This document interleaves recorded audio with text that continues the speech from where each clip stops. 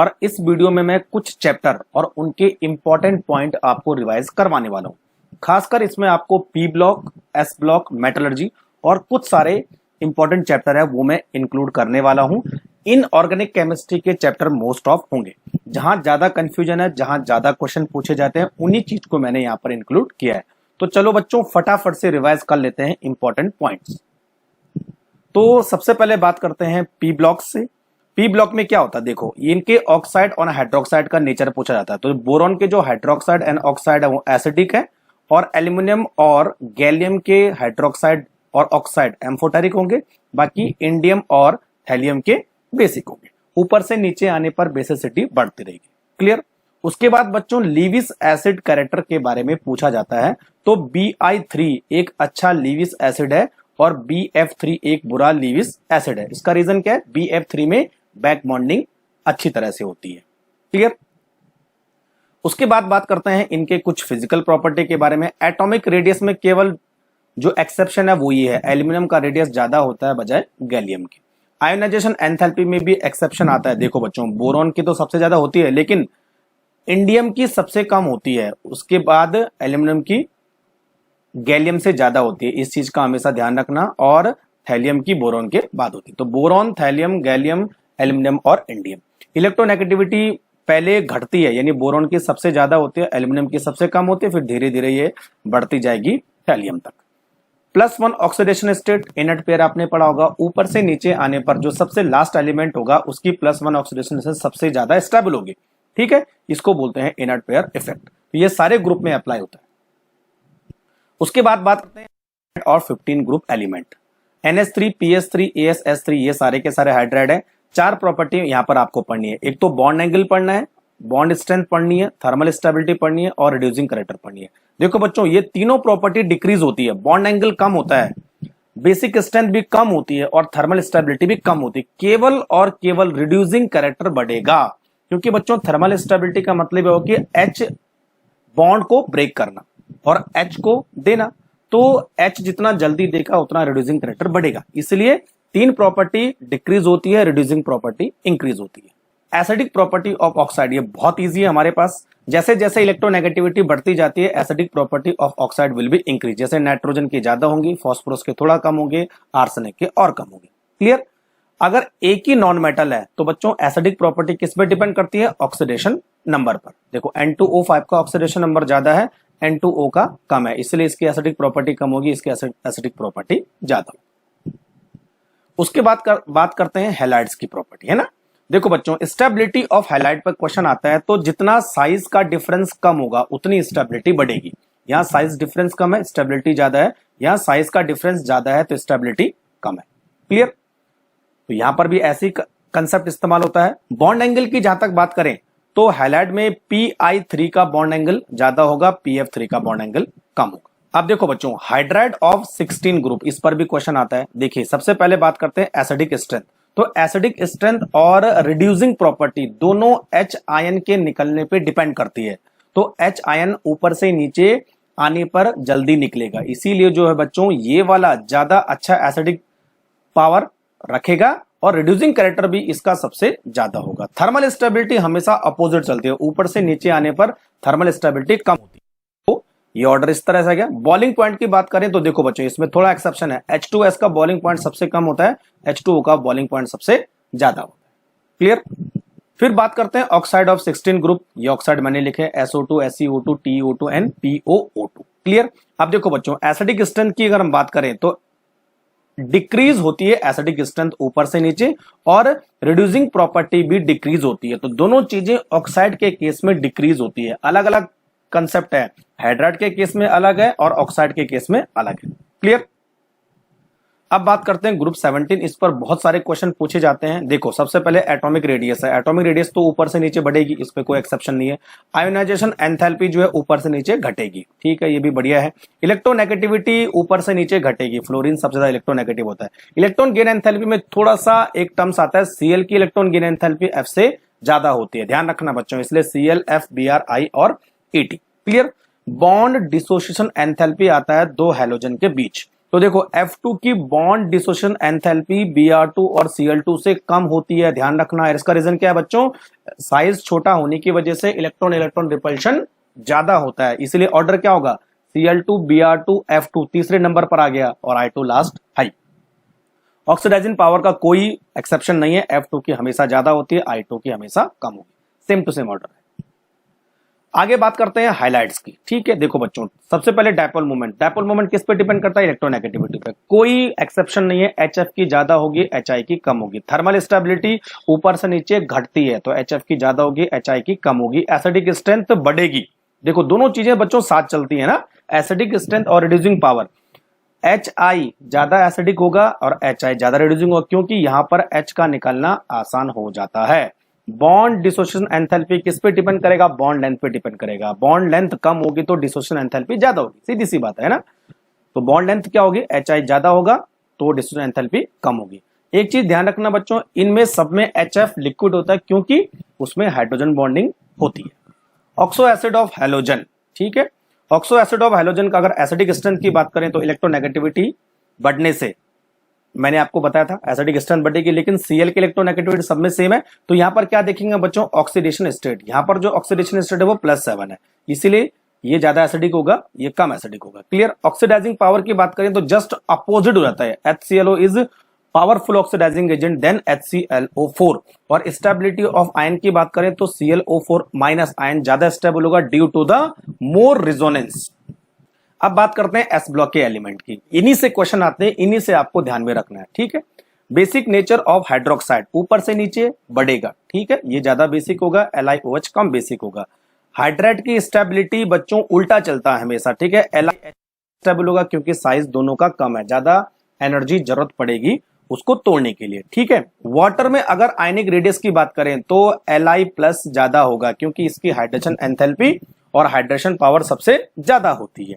ठीक है, अगर बच्चों हम मोलर कंडक्टिविटी की बात करें तो जस्ट उल्टा हो जाएगा, जिसका रेडियस बड़ा होता है उसकी मोलर कंडक्टिविटी कम होती है, इसलिए CS की मोलर कंडक्टिविटी ज्यादा होगी क्योंकि इसकी मोबिलिटी ज्यादा होती है। रिएक्टिविटी टुवर्ड्स वाटर की बात करें तो CS जल्दी रिएक्शन करेगा बजाय Li के, क्योंकि ये इलेक्ट्रोपॉजिटिव ज्यादा है। अब बात करें रिएक्टिविटी टुवर्ड्स हाइड्रोजन तो Li की ज्यादा होती है, CS की कम होती है। डेंसिटी की बात करें तो ऊपर से नीचे बढ़ेगी, सीधी सी बात है ना। अगर हम रिड्यूसिंग पावर की बात करें सोल्यूशन में, बहुत इंपॉर्टेंट है बच्चों, इसको ध्यान में रखना है ना। सोल्यूशन में बात करें तो Li की रिड्यूसिंग पावर सबसे ज्यादा और Na की सबसे कम। ठीक है, इस चीज का ध्यान रखना आप। उसके बाद आयनिक कैरेक्टर की बात करें तो ऊपर से नीचे बढ़ेगा। क्लियर, CS Cl ज्यादा आयनिक होगा। कोवेलेंट कैरेक्टर की बात करें तो LiCl कम कोवेलेंट होता है। Li फेजांस रूल आपको पता होगा ना, छोटा कैटायन बड़ा एनायन। उसके बाद स्टेप सॉल्युबिलिटी इन वाटर की बात करें तो LiCl4 ClO4 ज्यादा सॉल्युबल होगा। क्यों? क्योंकि इसकी हाइड्रेशन एंथैल्पी Li की सबसे ज्यादा होती है। बेसिक नेचर की बात करें, सीधी सी बात है, ऑक्साइड और हाइड्रोक्साइड में सेम कंसेप्ट होगा, ऊपर से नीचे बेसिक प्रॉपर्टी बढ़ेगी। एटॉमिक एंड आयनिक रेडियस ऊपर से नीचे बढ़ने वाली है। ठीक है, आयनाइजेशन एनर्जी ऊपर से नीचे कम होगी, तो CS की कम होती है, Li की ज्यादा होती है। चलो अब बात करते हैं सॉल्ट ऑफ ऑक्सो एसिड। इनकी स्टेबिलिटी के बारे में क्वेश्चन पूछा जाता है। ठीक है बच्चों, तो बच्चों देखो, अगर दोनों आयन का साइज बड़ा बड़ा है तो उनकी थर्मल स्टेबिलिटी ज्यादा होगी, इसीलिए ऊपर से नीचे जाने पर इलेक्ट्रोपॉजिटिव कैरेक्टर बढ़ने पर thermal stability of carbonate ion will be increase, इसलिए इसकी ज्यादा होगी, Li2CO3 की कम होगी। और बच्चों हाइड्रेशन एंथैल्पी पर ध्यान रखना हमेशा, ये Li की सबसे ज्यादा, Ni की उससे कम, Ki की कम, RBI की कम। जैसे जैसे साइज बढ़ता जाएगा किसी भी आयन की हाइड्रेशन एंथैल्पी कम होती जाएगी, कम साइज की हाइड्रेशन एंथैल्पी सबसे ज्यादा होती है। उसके बाद बात करते हैं reducing nature and electrode potential. देखो यहां पर गैस फेज और एक्वस फेज की बात करें, कंसेप्ट अलग होता है। गैस फेज में जो एल्कली मेटल की रिएक्टिविटी है वो CS की ज्यादा होगी, Li की कम होगी, क्योंकि CS आसानी से इलेक्ट्रॉन निकाल देता है इन कंपैरिजन टू Li। लेकिन अगर लिक्विड फेज की बात करें तो वहां पर Li ज्यादा रिएक्टिव होगा बजाय Na के, तो Na सबसे कम रिएक्टिव होता है बच्चों बजाय Na। क्लियर। अब बात करते हैं हाइड्रेशन एंथैल्पी, सेकंड ग्रुप के एलिमेंट की बात करते हैं। वही काम, साइज छोटा होने से हाइड्रेशन एंथैल्पी बढ़ती है, बड़ा होने से हाइड्रेशन एंथैल्पी कम होती है। क्लियर। ऑक्साइड एंड हाइड्रोक्साइड का नेचर देखें तो बच्चों BeO, जो बेरिलियम के ऑक्साइड एंड हाइड्रोक्साइड है, दोनों ही एम्फोटेरिक नेचर के होते हैं। एम्फोटेरिक नेचर होने की वजह से कोवलेंट कैरेक्टर शो करते हैं। बाकी सारे के सारे हाइड्रोक्साइड और ऑक्साइड आयनिक नेचर होते हैं, यानी बेसिक कैरेक्टर के होते हैं, और ऊपर से नीचे आने पर बेसिक कैरेक्टर बढ़ेगा हाइड्रोक्साइड एंड ऑक्साइड। क्लियर। अब बात करते हैं सॉल्ट ऑफ ऑक्सो एसिड। तीन हमारे पास है, कार्बोनेट, सल्फेट एंड नाइट्रेट। इनकी सॉल्युबिलिटी एंड थर्मल स्टेबिलिटी पे क्वेश्चन आता है। ठीक है, सॉल्युबिलिटी किस पे डिपेंड करती है? हाइड्रेशन एंथैल्पी पे। तो बच्चों देखो, सॉल्युबिलिटी ऊपर से नीचे घटेगी क्योंकि साइज बढ़ रहा है। ठीक है, अच्छा यहां इधर करना है, सॉल्युबिलिटी ऊपर से नीचे घटेगी तो BeO ज्यादा सॉल्युबल होगा और BaCO3 कम सॉल्युबल होगा। सब में ऐसे ही कंसेप्ट आता है। क्लियर। सॉल्युबिलिटी में ये कॉन्सेप्ट है। थर्मल स्टेबिलिटी में जस्ट अपोजिट होता है। थर्मल स्टेबिलिटी ऊपर से नीचे बढ़ती है क्योंकि दोनों का साइज सिमिलर हो रहा है, तो सिमिलर साइज में अट्रैक्शन फोर्स बढ़ेगा तो थर्मल स्टेबिलिटी बढ़ेगी। क्लियर हो गया। अब बात करते हैं मेटलर्जी में। देखो मेटलर्जी में आपको मैंने एक 6 पॉइंट लिखे, बस इन्हीं को ध्यान में रखना है। देखो डिस्टिलेशन कौन से मेटल के लिए होता है? जिन मेटल का बॉइलिंग पॉइंट कम होता है, जैसे जिंक और मरकरी। लिक्वेशन लेड और टिन के लिए यूज किया जाता है। जोन रिफाइनिंग, इस पर कई बार क्वेश्चन आया है। जोन रिफाइनिंग सेमीकंडक्टर के लिए यूज होता है, जैसे germanium, silicon, boron, gallium and indium. Vapour phase refining, अभी JEE में क्वेश्चन पूछा गया था। वेपर फेज रिफाइनिंग से दो प्रोसेस होते हैं, मॉन्ड प्रोसेस जो निकल के लिए होती है एंड वन आर्केल मेथड जो जिरकोनियम एंड टाइटेनियम के लिए होती है। क्रोमेटोग्राफिक मेथड में एड्सॉर्प्शन फिनोमेना काम करता है, Al2O3 इसमें एड्सॉर्बेंट काम होता है। क्लियर। इलेक्ट्रोलाइसिस में ZnRCu मेटल का इलेक्ट्रोड बना के वहां पर एक्सट्रैक्शन किया जाता है। क्लियर।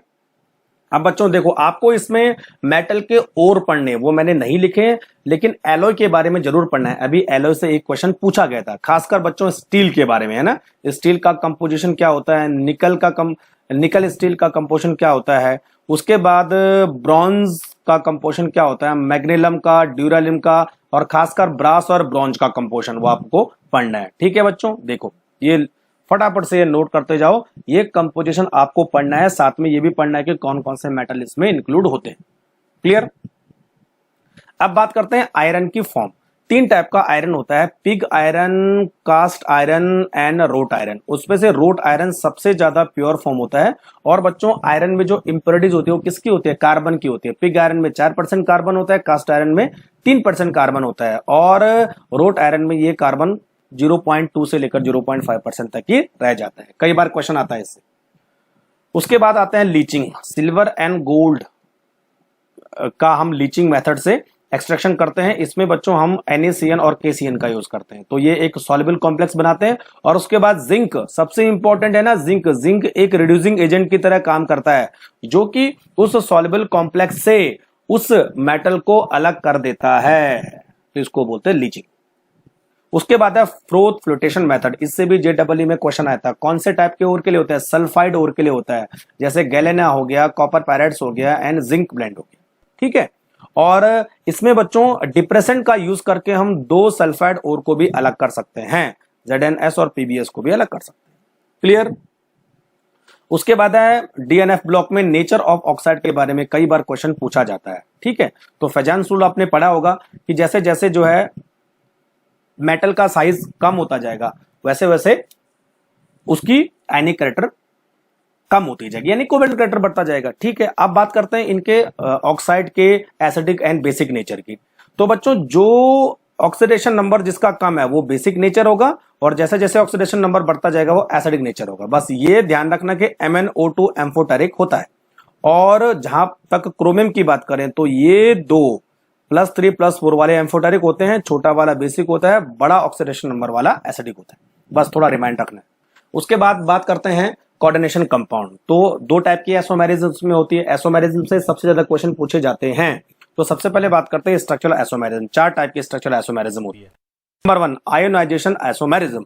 इसमें क्या करते हैं बच्चों, जो हमारे पास काउंटर आयन है वो कभी लिगेंड बन जाता है और लिगेंड काउंटर आयन बन जाता है। देखो इसमें SO4 अंदर जाएगा और OH2 बाहर आ जाएगा, तो ये इसकी पहचान है, ध्यान रखना। आयोनाइजेशन में काउंटर आयन को लिगेंड बनाना, लिगेंड को काउंटर आयन बनाना, सब में आपको इसी टाइप के एग्जांपल मिलेंगे। कोऑर्डिनेशन आइसोमेरिज्म में क्या होता है, जो मेटल होता है वो अपने लाइगेंड को चेंज करता है। देखो यहाँ CO के साथ NH3 है, Cr के साथ Cn है, अगली बार Cr के साथ NH3 हो गया, CO के साथ Cn हो गया। बस इसी पॉइंट को याद रखना है। लिंकेज आइसोमेरिज्म बहुत इंपॉर्टेंट है, ये खास तरह के लाइगेंड में होते हैं। एक तो बच्चों NCS ऐसा लाइगेंड होता है और दूसरा NO2 ये लाइगेंड होता है। इन्हीं दो लाइगेंड में ही लिंकेज आइसोमेरिज्म पाई जाती है। हाइड्रेट आइसोमेरिज्म के लिए वाटर चाहिए, वाटर कभी लाइगेंड बन जाता है, कभी काउंटर आयन बन जाता है। देखो यहाँ पर लाइगेंड है और यहाँ पर काउंटर आयन है। क्लियर। उसके बाद बात करते हैं स्पेक्ट्रोकेमिकल सीरीज। इस पर कई बार क्वेश्चन भी पूछा जाता है कि स्पेक्ट्रोकेमिकल सीरीज का ऑर्डर क्या है। तो इसमें बच्चों आपको लाइगेंड मिलेंगे, तरह तरह के लाइगेंड मिलेंगे जिनका ऑर्डर जो है एब्जॉर्प्शन ऑफ लाइट, वो कितनी लाइट को एब्जॉर्ब कर रहे हैं उसके बेसिस पे दिया गया है। तो यहाँ पर जो है strong field ligand and weak field ligand. H2O को मिडिल में ले लो तो H2O के इधर जितने हैं बच्चों उसको बोलते हैं स्ट्रॉन्ग फील्ड लाइगेंड, और H2O के लेफ्ट हैंड साइड जितने हैं this is called weak field ligand. Clear. तो यहाँ पर CO सबसे ज्यादा स्ट्रॉन्ग फील्ड लाइगेंड, फिर CN, फिर EN, फिर NH3, फिर NCS, और H2 मिडिल में रख लिया। और उसके बाद जितने भी हैलोजन होते हैं वो सारे के सारे वीक फील्ड लाइगेंड होते हैं। क्लियर। अब बात करते हैं ज्योमेट्रिकल और सिस ट्रांस आइसोमेरिज्म की। सबसे पहले बात करते हैं स्क्वायर प्लेनल कॉम्प्लेक्स में। ये 4 एग्जांपल मैंने आपके सामने रखे हैं। MA2B2 टाइप, MA2BC टाइप, है ना, MAB यानी बाइडेंटेड लाइगेंड है यहाँ पर, और चारों लाइगेंड अगर अलग अलग होते हैं तब भी जाके ज्योमेट्रिकल आइसोमेरिज्म बनती है। स्क्वायर प्लेनल कॉम्प्लेक्स अगर ऐसा हो, MA4 है, MAB3 टाइप है या MA3B टाइप है, वो ज्योमेट्रिकल आइसोमेरिज्म शो नहीं करेगा। और बच्चों टेट्राहेड्रल कॉम्प्लेक्स भी ज्योमेट्रिकल आइसोमेरिज्म शो नहीं करते हैं, केवल स्क्वायर प्लेनल कॉम्प्लेक्स और ऑक्टाहेड्रल कॉम्प्लेक्स, है ना। तो अब ऑक्टाहेड्रल कॉम्प्लेक्स की बात करते हैं। यहां पर भी देखिए इस टाइप के 4-2-2-4 का कॉम्बिनेशन, ठीक है, बाइडेंटेड लाइगेंड हो या फिर यूनिडेंटेड के 2 लाइगेंड हो। यहाँ पर यूनिडेंटेड 2 अलग अलग हो और एक बाइडेंटेड लाइगेंड हो। यहाँ पर 3-3 का कॉम्बिनेशन आता है। तो इस तरह की आपको टाइप मिलते हैं तो वहां पर ज्योमेट्रिकल आइसोमेरिज्म शो होगी। ऑक्टाहेड्रल ज्योमेट्रिकल आइसोमेरिज्म कब शो नहीं करेगा? जब 6 के 6 लाइगेंड एक ही जैसे हो या 5 के 5 एक जैसे हो, है ना, याद रखना इस टाइप।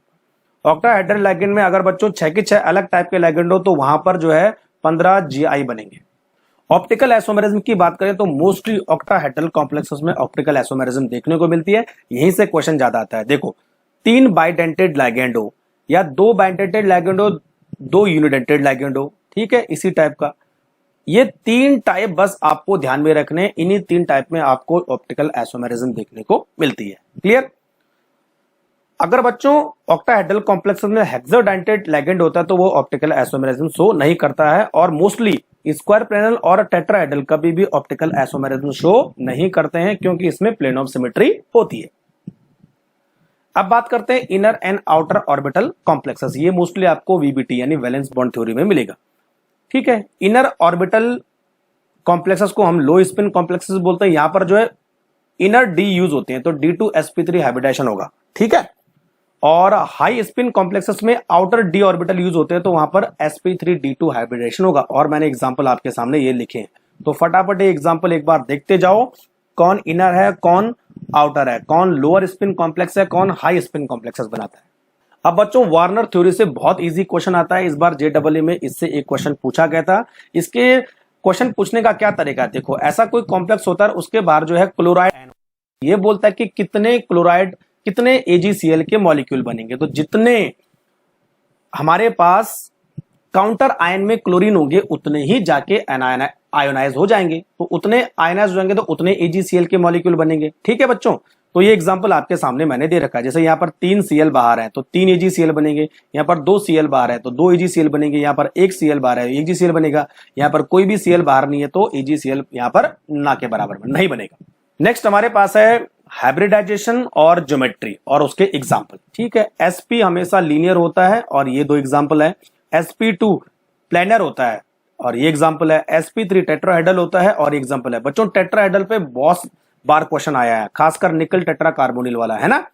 और ये इन दोनों को तो आपको ध्यान में रखना, these are tetrahedral and sp3। उसके बाद है स्क्वायर प्लेनल यानी dsp2, तो इस पर भी कई बार पूछा जाता है, ठीक है, निकल CN4 वाला और CuNH3 4 वाला। क्लियर। उसके बाद है DsP3 यानी trigonal bipyramidal FeCO5 CuCl5, sp3d square pyramidal sbf5, ये तो कम ही पूछा जाता है। अब ऑक्टाहेड्रल पर ज्यादा कॉन्सेंट्रेट करना है आपको। ऑक्टाहेड्रल दो टाइप के होते हैं, inner and outer, d2sp3 and sp3d2, ठीक है। इनर वाले देखो अभी मैंने एग्जांपल बताए थे, ठीक है, और आउटर वाले ये वाले हैं। तो ये एग्जांपल और उसकी ज्योमेट्री और उसका हाइब्रिडाइजेशन पूछा जाता है VBT। उसके बाद केमिकल बॉन्डिंग में MOT से ज्यादा क्वेश्चन पूछे जाते हैं, ठीक है। तो MOT में आपको बता ही देता हूं, H2 प्लस H2 माइनस, ठीक है, हाफ 1 1, ये बच्चों इसका बॉन्ड ऑर्डर है, ठीक है। और इसमें पहला वाला पैरामैग्नेटिक होता है, दूसरा वाला डायमैग्नेटिक होता है, ये पैरामैग्नेटिक, यानी दोनों इसके आयन प्लस और माइनस वाले पैरामैग्नेटिक हो गए, केवल H2 डायमैग्नेटिक होता है। क्लियर। अब बात करते हैं B2 एग्जिस्ट नहीं करता है क्योंकि इसका बॉन्ड ऑर्डर 0 होता है। B2 एग्जिस्ट करता है, इसका बॉन्ड ऑर्डर 1 होता है, it will be paramagnetic. C2 diamagnetic होता है, बॉन्ड ऑर्डर 2 होता है। एक चीज का ध्यान रखना बच्चों, C डबल बॉन्ड C दोनों ही क्या होते हैं, पाई बॉन्ड होते हैं, कोई भी सिग्मा बॉन्ड नहीं होता है, ये कई बार पूछा जाता है। उसके बाद बात करते हैं O2 और N2, है ना, और कुछ हेट्रो एटॉमिक मॉलिक्यूल की। तो O2 plus O2 minus N, O2 minus 2, तो बॉन्ड ऑर्डर धीरे धीरे कम होता जाएगा, 2.5 2 1.5 और 1, ठीक है। सारों की स्टेबिलिटी बॉन्ड ऑर्डर के कम होने से कम होती है, इस चीज का ध्यान रखना। एक चीज ध्यान रखना, पहले के 3 पैरामैग्नेटिक है और लास्ट का O2 माइनस 2 डायमैग्नेटिक है। N2 के केस में जस्ट अपोजिट हो जाता है। देखो बच्चों, N2 plus N2 minus and N2 minus minus, 3 2.5 2, clear, सारे स्टेबल होते हैं। पहले के एक, सॉरी, है ना, पहले का एक डायमैग्नेटिक हो गए, यानी N2 डायमैग्नेटिक होगा, बाकी के तीनों पैरामैग्नेटिक होंगे, यानी जितने भी हमारे पास आयन है वो पैरामैग्नेटिक होंगे। क्लियर। और बच्चों बॉन्ड ऑर्डर की बात करें तो बॉन्ड ऑर्डर जैसे जैसे कम होता जाएगा, स्टेबिलिटी भी कम होती जाएगी। वहीं अगर NO की बात करें तो NO का bond order 2.5 paramagnetic, NO plus का 3 डायमैग्नेटिक, NO माइनस का 2 N पैरामैग्नेटिक। क्लियर। CO की बात करें तो बॉन्ड ऑर्डर 3 होता है, डायमैग्नेटिक। CN की बात करें तो 2.5 पैरामैग्नेटिक, CN माइनस की बात करें तो 3 डायमैग्नेटिक। अब कुछ केमिकल टेस्ट भी पूछे जा सकते हैं, कई बार थोड़ा सा इस पर क्वेश्चन आता है। जैसे एल्कोहल के लिए, एल्कोहल के बच्चों सीरिक अमोनियम नाइट्रेट, ये टेस्ट होता है, और ल्यूकास टेस्ट से भी हम इसको आइडेंटिफाई कर सकते हैं। फिनॉल के लिए याद रखना बच्चों, FeCl3 टेस्ट होता है। कार्बोक्सिलिक एसिड के लिए सोडियम बाइकार्बोनेट टेस्ट होता है। एल्डिहाइड और कीटोन के लिए टॉलेंस टेस्ट होता है, फेलिंग टेस्ट होता है, बेनेडिक्ट टेस्ट होता है। और एल्डिहाइड और कीटोन को आप इन तीनों से डिफरेंशिएट तो करोगे। साथ में बच्चों देखो, एल्डिहाइड और कीटोन के लिए एक आइडोफॉर्म टेस्ट भी होता है जो CH3CO ग्रुप की पहचान करता है। आइडोफॉर्म टेस्ट के लिए केमिकल कौन से होंगे, I2 और NaOH। अब बात करते हैं पीरियोडिक टेबल में। देखो बच्चों, पीरियोडिक टेबल में आयोनाइजेशन एंथैल्पी में थोड़ा सा एक्सेप्शन है। देखो, जिन ऑर्बिटल या जिन एटम में हाफ फील्ड या फुल फील्ड और इलेक्ट्रॉन होते हैं तो उनकी स्टेबिलिटी थोड़ा सा बढ़ जाती है, उनकी आयोनाइजेशन एंथैल्पी थोड़ा सा बढ़ जाती है, तो इस चीज का ध्यान रखना। देखो, वैसे हम लेफ्ट से राइट की तरफ जाएंगे तो आयोनाइजेशन एंथैल्पी बढ़ती है, लेकिन बच्चों यहां देखो, N की ज्यादा होती है O से, बस ये ध्यान रखना, और बेरिलियम की ज्यादा होती है B से, बस ये ध्यान रखना। उसी तरह जो है थर्ड ग्रुप में भी ऐसी होता है, मैग्नीशियम की ज्यादा होगी एल्यूमिनियम से, और फास्फोरस की ज्यादा होगी सल्फर से, बस यही 2 एक्सेप्शन है। क्लियर। वहीं अगर हम इलेक्ट्रॉन गेन एंथैल्पी की बात करें तो क्लोरीन सबसे ज्यादा इलेक्ट्रॉन गेन एंथैल्पी करने वाला एलिमेंट, ठीक है। तो बच्चों अगर हम सेकंड ग्रुप की बात करें तो fluorine, oxygen, carbon, beryllium, lithium, लेकिन नाइट्रोजन की इलेक्ट्रॉन गेन एंथैल्पी पॉजिटिव होती है, इसीलिए नाइट्रोजन और बेरिलियम सबसे कम इलेक्ट्रॉन गेन एंथैल्पी वाले एलिमेंट है। क्लियर हो गया। देखो, लिथियम बेरिलियम से ज्यादा आ गया, तो नाइट्रोजन और बेरिलियम का ध्यान रखना, positive electron gain enthalpy. Same उसी कंसेप्ट में मैग्नीशियम आ गया, मैग्नीशियम की इलेक्ट्रॉन गेन एंथैल्पी भी पॉजिटिव होती है। यानी जिन एटम में एग्जैक्टली हाफ फील्ड या फुल फील्ड ऑर्बिटल होते हैं तो वहां पर रिपल्शन होने की वजह से इलेक्ट्रॉन गेन एंथैल्पी पॉजिटिव हो सकती है, लेकिन फास्फोरस के केस में नेगेटिव होता है, ध्यान रखना। क्लियर। तो ये ऑर्डर फटाफट से आप नोट कर लो। एक चीज हमेशा ध्यान रखना बच्चों कि कुछ एलिमेंट ऐसे हैं जहां पर थर्ड ग्रुप की electron gain enthalpy second group से ज्यादा होती है। जैसे क्लोरीन की ज्यादा होती है फ्लोरीन से, सल्फर की ज्यादा होती है ऑक्सीजन से, फास्फोरस की ज्यादा होती है नाइट्रोजन से। ये बहुत इंपॉर्टेंट है। अब बात करते हैं बायोमोलिक्यूल में। अभी अभी रिसेंटली जेईई में बायोमोलिक्यूल से एक क्वेश्चन आ रखा है। देखो बायोमोलिक्यूल में सबसे पहले आपको ग्लूकोज की रिएक्शन पढ़नी है। ग्लूकोज की HI के साथ रिएक्शन होगी तो रिडक्शन होगा तो NHexane बनेगा।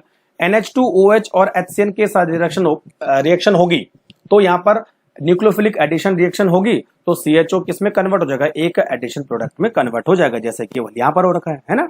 देखो ब्रोमीन वाटर ऑक्सीडाइजिंग एजेंट है, वो केवल CHO ग्रुप को COOH में कन्वर्ट करेगा, this is called gluconic acid. Acetic anhydride किसके लिए इंपॉर्टेंट है, OH के लिए इंपॉर्टेंट है। तो जितने ज्यादा OH होंगे उतना ज्यादा एसिटिक एनहाइड्राइड कंज्यूम होगा। तो 5 OH है तो 5 यहाँ पर एसिटेट ग्रुप लग जाएंगे, पेंटा एसिटेट बन जाएगा। वहीं अगर बच्चों हम ग्लूकोज का ऑक्सीडेशन करें HNO3 से तो HNO3 क्या करेगा, ग्लूकोज को सैकरिक एसिड में कन्वर्ट कर देगा। लास्ट का CH2OH और पहले CHOH दोनों ही कार्बोक्सिलिक एसिड में कन्वर्ट हो जाएंगे। तो ब्रोमीन वाटर और HNO3 से ऑक्सीडेशन कराने में फर्क होता है। ब्रोमीन वाटर में केवल एक ही ग्रुप कार्बोक्सिलिक एसिड में कन्वर्ट होगा, लेकिन नाइट्रिक एसिड से दोनों ग्रुप अल्कोहल और एल्डिहाइड कार्बोक्सिलिक एसिड में कन्वर्ट हो जाएंगे। क्लियर। अब बात करते हैं रिड्यूसिंग शुगर और नॉन रिड्यूसिंग शुगर। इस पर कई बार क्वेश्चन आता है। ठीक है बच्चों, रिड्यूसिंग शुगर में सारे के सारे मोनोसैकेराइड्स रिड्यूसिंग शुगर है।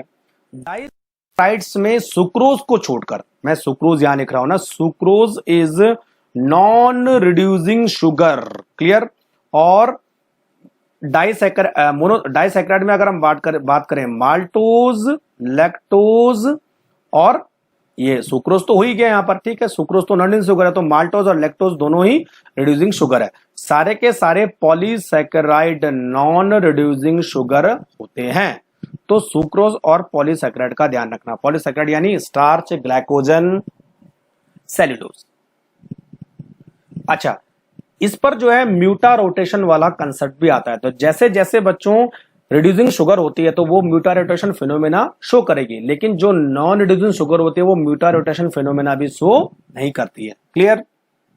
अब बात करते हैं, आपको क्या पढ़ना है, जो भी डाइसैकेराइड होगा, पॉलीसैकेराइड होगा, उसकी यूनिट और उनका लिंकेज ध्यान रखना है ना। तो अगर मैं सुक्रोज की बात करूं तो ग्लूकोज एंड फ्रक्टोज। ठीक है, ग्लूकोज कौन सा होता है बच्चों, डी ग्लूकोज होता है, डी प्लस ग्लूकोज होता है। फ्रुक्टोज कौन होता है, माइनस फ्रुक्टोज होता है ना। Beta D fructofuranose, alpha D glucopyranose. तो ग्लूकोज का जो है यहां पर पहला कार्बन यूज होता है और फ्रक्टोज का दूसरा कार्बन यूज होता है, यानी C1C2 लिंकेज। माल्टोज की बात करें तो ग्लूकोज ग्लूकोज होता है, यहां पर C1 एंड C4 लिंकेज होती है। लैक्टोज की बात करें तो गैलेक्टोज एंड ग्लूकोज होता है, गैलेक्टोज का C1, ग्लूकोज का C4। स्टार्च की बात करें तो बच्चों ये अल्फा डी ग्लूकोज का बना होता है। दो टाइप के इसमें स्ट्रक्चर होते हैं, एमाइलोज एंड एमाइलोपेक्टिन है ना। एमाइलोज की बात करें तो स्ट्रेट चेन पॉलीमर है, एमाइलोपेक्टिन की बात करें तो straight and branch chain polymer है। एमाइलोज में केवल C1 और C4 लिंकेज होते हैं, एमाइलोपेक्टिन में C1 C4 के साथ C1 एंड C6 भी होती है। क्लियर। सेल्यूलोज की बात करें तो बच्चों सेल्यूलोज जो है बीटा डी ग्लूकोज का बना होता है। वहीं अगर हम ग्लाइकोजन की बात करें तो ग्लाइकोजन जो है स्टार्च के जैसे है, लेकिन ग्लाइकोजन जो है ज्यादा ब्रांच पॉलीमर है। सबसे important essential and non essential amino acid, इस पर जेईई में अभी क्वेश्चन आया था। तो एसेंशियल याद करो तो नॉन एसेंशियल अपना आप ही याद हो जाएंगे। जैसे मैंने आपको कोड बताया था, वेरी इंपॉर्टेंट पर्सन हॉल्ट, तो valine, isoleucine, methionine, phenylalanine, histidine, arginine, lysine, leucine, threonine and tryptophan. Very very important person halt, HALLT। Clear, याद रहेगा। चलो आगे बात करते हैं हार्मोन्स का केमिकल नेचर के बारे में क्वेश्चन पूछा जाता है। एस्ट्रोजन हार्मोन कौन सा है, testosterone, oestrogen and progesterone. Amines hormone कौन से है, T3 T4 और epinephrine and nor epinephrine, adrenaline noradrenaline इसको बोलते हैं। पेप्टाइड हार्मोन्स कौन से हमारे पास, oxidation and vasopressin. Protein hormones कौन से, insulin and glucagon. Glycoprotein hormones कौन से, LH एंड FSH। और इकोसिनोइड्स कौन से हैं, प्रोस्टाग्लैंडिन्स। तो इनके केमिकल नेचर पर क्वेश्चन पूछा जाता है। उसके बाद करते हैं test for carbohydrates, Molisch test, Benedict test, Fehling test, Barfoed test, Seliwanoff test. Seliwanoff test पर अभी एक क्वेश्चन आया था जेईई में, ये कीटोज और हेक्सोज को आपस में डिफरेंशिएट करता है। और बच्चों पॉलीसैकेराइड के लिए आयोडीन टेस्ट होता है। वहीं प्रोटीन की बात करें तो बायूरेट, जेंथोप्रोटिक, मिलन्स एंड निनहाइड्रेट टेस्ट प्रोटीन के लिए। अब बात करते हैं केमिस्ट्री इन एवरीडे लाइफ। इस पर भी क्वेश्चन आता है, बहुत इजी क्वेश्चन आता है, बस आपको याद रखना है। देखो अभी जेडब्ल्यू में पूछा गया था, एंटी हिस्टामिन दो टाइप के होते हैं बच्चों, है ना। एक एंटी हिस्टामिन वो है जो कि एसिडिटी को कंट्रोल करते हैं, जैसे सिमेटिडिन और रानिटिडिन, और दूसरे एंटी हिस्टामिन वो है जो कि एलर्जी, कफ, स्नीजिंग, इन मैकेनिज्म को कंट्रोल करते हैं, जैसे ब्रोमफेनड्रामाइन एंड टरफेनाडाइन। तो हमारे जो खांसी की दवाई होती है उनमें एंटी हिस्टामिन ही मिलाए जाते हैं। उसके बाद है बच्चों एंटी डिप्रेसेंट, तो इप्रोनियाजिड एंड फिनाइलजिन, माइल्ड ट्रैंक्विलाइजर क्लोरडाइजिप एंड मेप्रोबामिट, जो कि टेंशन को कम करने के काम आते हैं।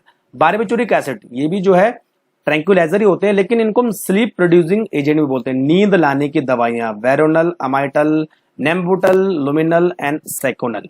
उसके बाद है एंटी फर्टिलिटी ड्रग्स, इसमें मोस्टली हार्मोन्स मिलाए जाते हैं, जैसे नॉरइथिंड्रोन और इथेनॉल एस्ट्राडियोल। क्लियर। अब एंटीबायोटिक के बारे में क्या पूछा, स्टीरोसाइडल या बैक्टीरियोस्टैटिक। याद करना आपको, penicillin, aminoglycoside and ofloxacin bacteriocidal है जो कि किल कर देती है बैक्टीरिया को, बैक्टीरियोस्टैटिक जो कि केवल उनकी ग्रोथ को इनिबिट करती है, एरिथ्रोमाइसिन, टेट्रासाइक्लिन एंड क्लोरामफेनिकोल। उसके बाद बच्चों narrow and broad spectrum antibiotic से भी क्वेश्चन आता है। पेनिसिलिन जी को याद करो, it is narrow spectrum antibiotic, बाकी इसके अलावा जितने भी एंटीबायोटिक है वो सारी ब्रॉड स्पेक्ट्रम एंटीबायोटिक है। पॉलीमर से क्या याद करना है, पॉलीमर किन मोनोमर से मिलकर बना होता है, बस। नाइलॉन 6 के बारे में बहुत क्वेश्चन पूछा जाता है। हेक्सामिथाइलिन डाइअमीन एंड एडिपिक एसिड है, अमाइड टाइप का, पॉलीअमाइड टाइप का पॉलीमर है। नाइलॉन 6 मोनोमर क्या है, कैप्रोलैक्टाम, ठीक है। Teflon पॉलीटेट्राफ्लोरोएथीन, CF2CF2, clear. पॉलीएक्रोडोनाइट्राइल जिसको हम पेन भी बोलते हैं, तो CS2 double bond CH CN, विलाइन साइनाइड है, इसको बोल सकते हैं। डेक्रोन और टेरिडिन, इस पर भी क्वेश्चन आता है। इथाइलिन ग्लाइकोल और टरथैलिक एसिड, ये टेरिलिन का पॉलीमर बनाता है। और बच्चों ये एस्टर टाइप का पॉलीमर है, एस्टर लिंकेज होती है इसमें। उसके बाद हम बात करते हैं बेकेलाइट, फिनॉल एंड फॉर्मेल्डिहाइड का पॉलीमर होता है। पहले नोवोलेक बनता है जो कि स्ट्रेट चेन पॉलीमर है, उसके बाद ब्रांचिंग होती है तो तब बेकेलाइट बनता है। नियोप्रीन, ये सारे सिंथेटिक रबड़ है, नियोप्रीन, बुना N और बुना S। अच्छा देखो, नियोप्रीन यानी क्लोरोप्रीन, क्लियर।